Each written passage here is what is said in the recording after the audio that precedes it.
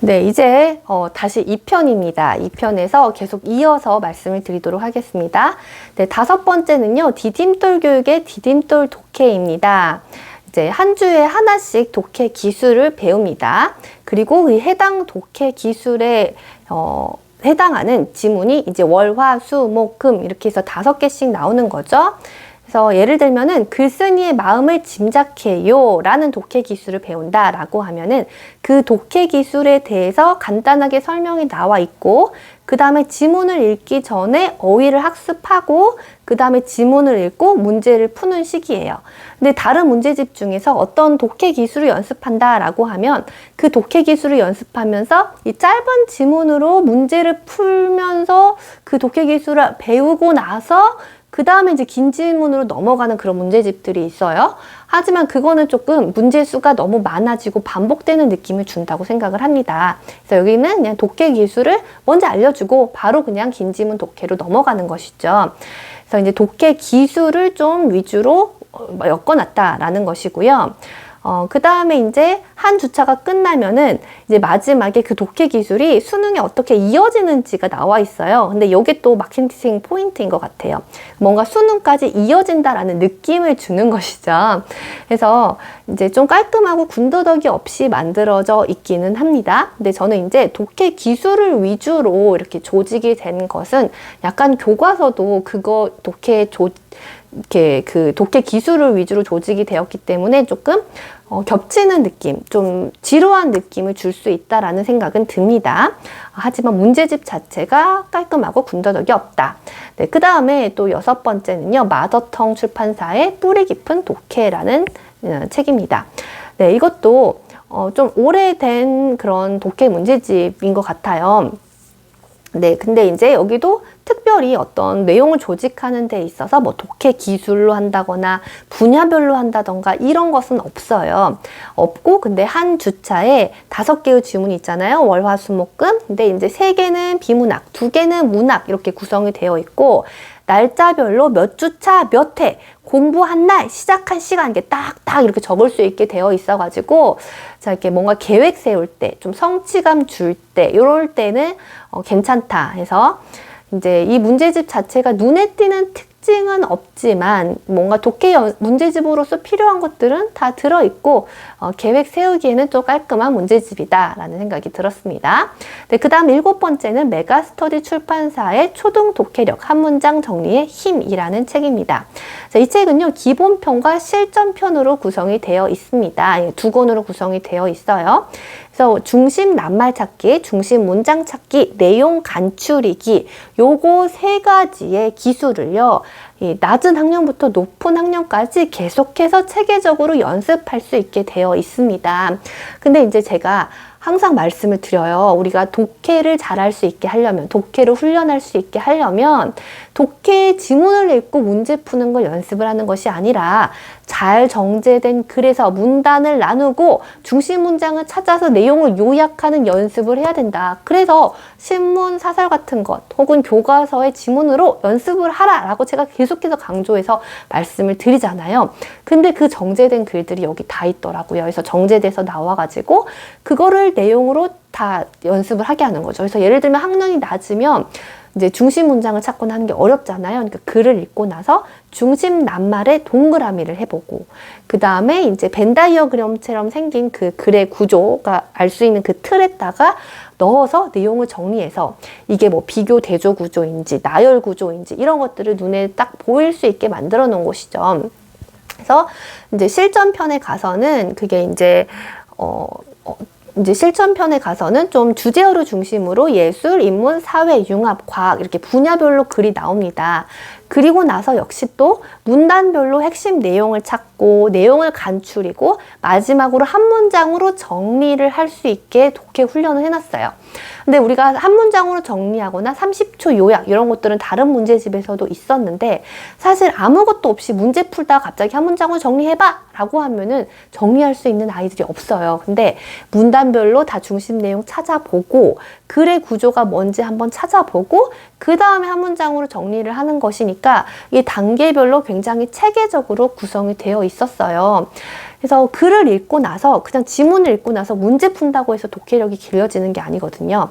그 글의 구조가 어떻게 되어 있고 문단이 어떻게 나뉘어져 있는지 이거를 파악하는 연습이 진짜 독해 훈련이라서 사실은 제가 독해 문제집을 만든다라고 하면은 요렇게 만들 거라고 구상을 하고 마음을 먹고 있었어요. 근데 이제 이 문제집을 보고 전의를 잃었습니다. 그러니까 제가 한낱 개인이 한 대기업이 만들어 온 문제집을 보고 전의를 잃었다라고 하기에는 참 그렇지만 제가 생각하기에는 독해를 훈련하기에 아주 이상적이어서 내가 만든다면 이렇게 만들어야지라고 품었던 생각이 현실화가 되어서 나타난 문제집이었다라고 솔직히 말씀을 드리고 싶어요. 네, 그래서 이 문제집은 정말로 독해 훈련을 하고 요약하기를 연습을 하는 것.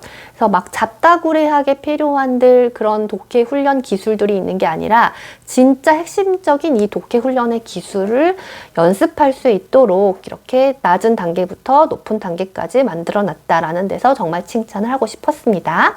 그 다음 8번째는 미래엔 출판사의 하루 한 장 독해라는 건데요. 이제 하루에 한 장 독해는 독해 기술을 중심으로 조직이 되어 있습니다. 예를 들어서 이제 문맥과 배경 지식을 이용해서 읽기라고 한다면 그에 관한 내용 설명이 만화와 함께 제시되어 있고요. 짧은 글로 한번 연습, 긴 글로 한번 연습 이렇게 하는 것이죠. 그러니까 이게 독해 기술을 위주로 만들어진 것은요. 이제 교과서가 그렇게 나오다 보니까 그 다음 초등 독해 문제집을 만들려고 했을 때 그 독해 기술을 위주로 해서 나오고 내용이 조직이 되어 있고 그 다음에 이제 짧은 글 연습, 긴 글 연습 이런 형태가 좀 많이 있어요. 근데 약간 이거는 반복되는 느낌, 문제가 많은 느낌을 줄 수 있습니다. 자, 그 다음 9번째는 시설의 출판사라는 비타민이라는 독해 문제집입니다. 네, 이것도 좀 오랜 역사를 갖고 있는 문제집인 것 같아요. 이게 흑백입니다. 네, 흑백이에요. 요즘 문제집답지 않게 흑백이고요. 문제 옆에요. 문제의 유형이 표시되어 있어요. 그래서 이게 핵심어, 내용 파악, 적용, 배경 지식 이렇게 어떤 문제 유형인지 나오고 그 다음에 내가 그 문제 틀린 거에 체크를 해가지고 어떤 유형의 문제를 더 많이 틀렸다라는 걸 확인할 수 있게 되어 있어요. 그래서 근데 이제 실제로 문제를 풀 때는 그거를 활용을 많이 하지 않을 것 같다는 생각이 들었고요. 정말 깔끔하게 딱 글하고 문제만 있으면 좋겠다. 뭐 잡다한 설명 없었으면 좋겠고, 뭐 잡다한 거 뭐 그냥 없었으면 좋겠고, 그냥 깔끔하게 글하고 문제만 있고, 그냥 문제 그렇게 어렵지 않으면 좋겠다. 이 독해가 이런 거다라는 맛보기 정도만 하면 좋겠다. 네, 그럴 경우에 이제 선택을 하면 되겠습니다. 네, 그 다음에 10번째는요. 신사고 출판사의 일일 문해력입니다. 이 책의 매력은요. 하나입니다. 30일 만에 끝낼 수 있다. 네. 그 다음에 이제 11번째는요. 웅진 주니어 출판사의 토픽으로 잡는 똑똑한 초등 독해라는 문제집입니다. 재미있는 토픽 위주로 구성이 되어 있습니다. 예를 들어서 색깔이라는 토픽이다. 그러면은 여우놀이라는 전래동화가 나오고요. 색깔이 부리는 마술 크로마키 이렇게 해서 과학에 관련된 설명문이 나오고요. 빛을 그린 화가 모네 이렇게 세계 인물에 대해서도 나오고요. 세계 잔상 실험 보고서 색깔을 알면 나라가 보여요 해서 사회 관련 설명글도 나오고요. 보고서도 나오고 그래서 한 주제를 중심으로 여러 가지 글이 나와요. 또 상상이라는 주제다라고 하면 이상한 나라의 앨리스라는 명작, 놀랍고 신비한 상상 동물이라는 설명하는 글, 까막나라 불개라는 전래동화, 동화나라를 닮은 구엘공원에 다녀와서라는 기행문, 상상이 이루어지는 곳 메타버스라는 설명하는 글. 그러니까 한 토픽을 주제로 정말 재미있는 다양한 글들이 나와 있고 그 다음에 어휘 관련 문제, 독해 문제, 어휘력 더하기 한 줄 정리까지 마무리가 되어 있는데 저는 참 지문을 찾는 이 소재들이 흥미로웠어요. 그래서 책을 만드는 그런 곳, 동화책을 만드는 곳이라서 그런지 이 지문들의 내용이 좀 풍부했고 편집이 보기 편하고 문제가 답답하지 않게 편집이 되어 있어서 지루하지 않게 독해를 연습할 수 있겠다. 좀 뭔가 재미있는 독해 지문이 필요하다 싶을 때는 요것을 골라보시면 좋겠습니다. 그 다음 12번째는 EBS의 ERI 독해가 문해력이다 라는 문제집입니다. 자, 내용 조직의 방법이 주로 독해 기술을 위주로 조직이 되어 있는 문제집들이 참 많이 있었습니다. 자, EBS는요 하나 더 시도했습니다. 읽기 방법, 독해 기술 읽기 방법이랑 더불어서 핵심 개념 이 두 가지를 내용 조직에 이제 넣었어요. 그래서 예를 들어서 한 주차에 이제 백성의 소리에 귀 기울이다 라는 글이 있다라고 하면 거기서 배워야 되는 것이 두 가지예요. 바로 핵심 개념, 조선 후기 사회의 변동이라는 핵심 개념이랑 그 다음에 배경이나 인물이 비슷한 글 찾아 읽기라는 읽기 방법 이렇게 두 가지를 그 글을 통해서 배울 수 있게 한 것입니다. 그 다음에 이제 ERI 독해가 문해력이다 해서 가장 마음에 들었던 점은요. 글을 읽기 전에 준비 학습을 충분하게 한다는 점이었어요. 대부분은요, 긴 지문이 한 번에 툭 튀어나와요. 그래서 아이들은 글을 읽을 때 약간 부담스럽죠. 아니면은 좀 내가 읽어야 할 긴 지문과 전혀 상관없는 짧은 글로 이 독해 기술을 워밍업 하는 정도. 그러면 오히려 이제 문제수가 많아지고 반복하는 느낌이 든다고 했죠. 근데 이거 같은 경우에는 어떻게 워밍업이 되어 있냐라고 한다면 조선 후기 사회의 변동과 관련된 말을 알아봅시다. 그래서 이렇게 그 말도 나오고요. 그다음에 배경이나 인물이 비슷한 글을 찾아봅시다. 해서 핵심 개념이랑 읽기 방법에 관련해서 나오고 그 다음에 이 글을 읽으면서 어떤 것을 목표로 할지가 나와 있어요. 그래서 글을 읽고 이것만은 꼭 찾아봅시다. 해서 영조가 둔천 공사를 잘 마무리할 수 있었던 이유는 무엇인가요? 하고 먼저 문제가 나온다는 거예요. 그러니까 이 글을 읽으면서 찾아야 될 미션 가치, 목표 가치가 나온다는 거예요.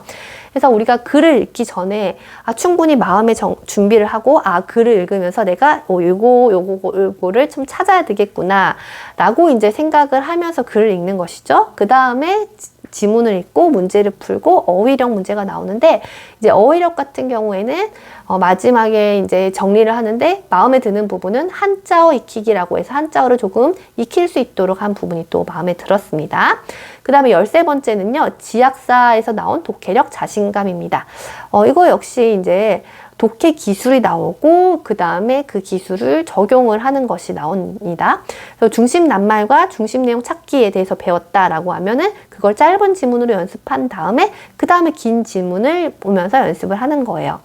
그래서 이제 이거 독해 이제 기술을 위주로 조직이 되어 있습니다. 네, 그 다음에 14번째는요, 똑똑한 하루 독해, 천재 교육에서 나온 것입니다. 자, 똑똑한 하루 독해는요, 이제 한 주차 이것도 독해 개념이 하나씩 나오고, 그걸 지문에 적용하면서 연습을 하게 했는데요. 이제 이야기에 나오는 인물을 파악하는 방법을 이제 만화로 설명을 해줘요. 그 다음에 이제 어휘를 본 다음에 문제를 풀고 하루 독해 게임도 해요. 그러니까 이거 같은 경우에는 정말 마음 먹고 애들을 사로잡으려고 만들어진 문제집이다.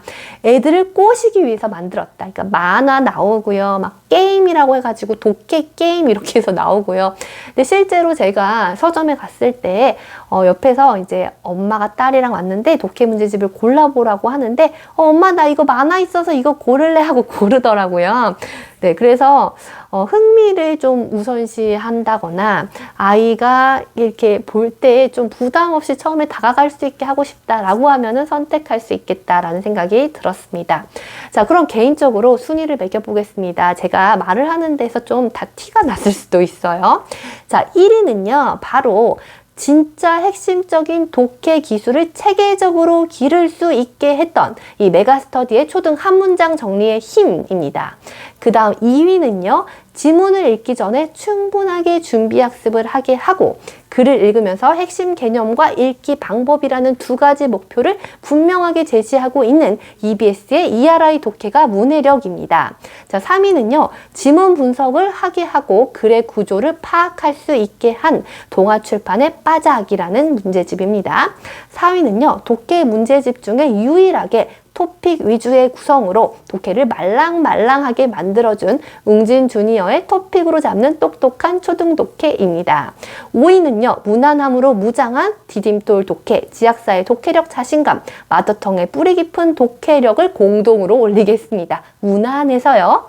그 다음에 6위는요. 아이들의 흥미를 잡으려고 노력한 천재교육의 똑똑한 하루 독해, 흥미로움으로 6위를 드리겠습니다. 여기까지고요. 나머지는 굳이 순위권으로 올리지 않겠습니다. 네, 이렇게 제가 독해 문제집을요, 나름대로 분석을 하고 순위까지 매겨 보았는데요.